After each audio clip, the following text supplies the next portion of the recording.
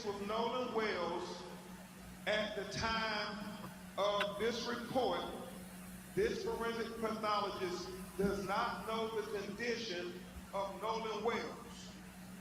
He did not know whether he was conscious or unconscious when he entered the water.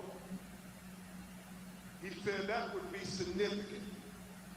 He said he did not know whether he was forced into the water or unforced into the water. He said that would be significant. So he said the condition of Nolan Wells before he entered the water would be the crux of the matter. It would be of utmost importance to being able to determine a cause and manner of death. He said, definitive circumstances of death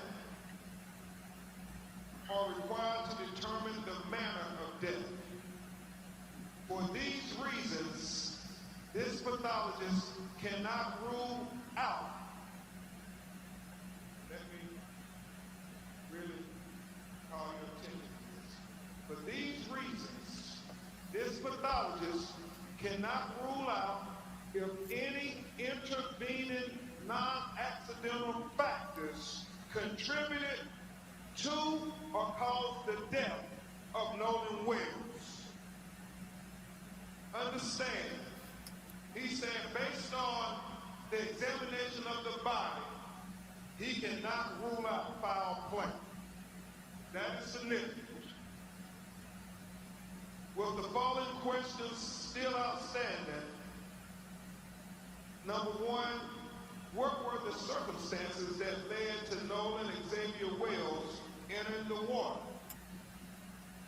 Number two, what was the body's position when it was found? We know that a member of the United Cajun Navy said that he was face down and he was fully clothed. Number three, was there water in the airway? Remember he talked about the lungs and the airways where they fill with water. Number four, is there any evidence of injuries to the anterior neck structure? We got the autopsy without his neck. We got the body without his neck at the time of the second autopsy. Number five, is there any evidence of any intracranial hemorrhage?